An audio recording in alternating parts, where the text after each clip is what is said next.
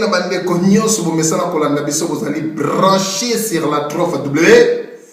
Radio Télévision du Solo et salut toujours Yabino DSV Diana sur le photo de vous pertale. Lelo na comprendre. Il y a solo émission où na sala qui congolais azali na mémoire courte. Pour na nini na lobi congolais azali na mémoire courte. Lelo oyo pays na biso Congo ezali occupé ba Rwandais bazali koboma Kabila azali koboma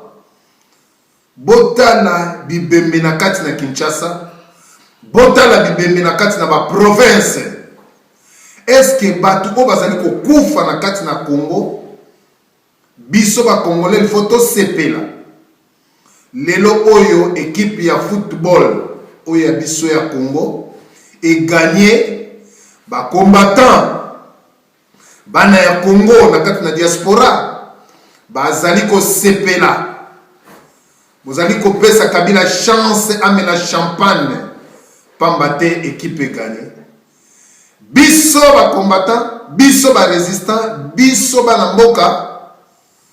tozali na tina ya masolo o ya football te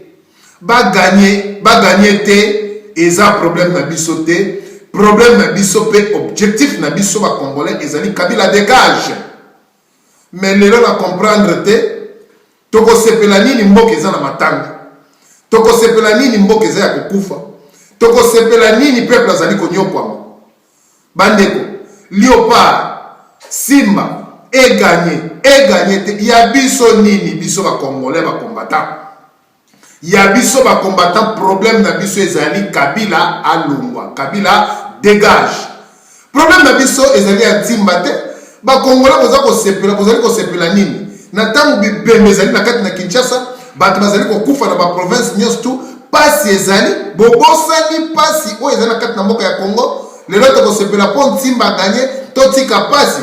yango bomoni na RTNC lelo ba komi koloba eke soki lelo équipe Ntimba wana gagné ezali grâce à M. Joseph Kabila mais c'est faux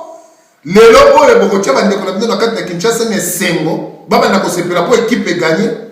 problème ya congolais ezali Kabila alongwa na pouvoir Kabila dégage makambo na bino ya bale ba gagné te tali biso te oya ko sepela cela veut dire azali na mémoire courte pour la biso ba combattant nyonso au B liloba moko Kabila dégage 2016 to lingi yote dégage tika place na ba oyo ba sengeli ba kamba mboka pamba te au bebisi mboka trop c'est trop moi la nyonso ya congolais et boto esika bino bozali bye bye.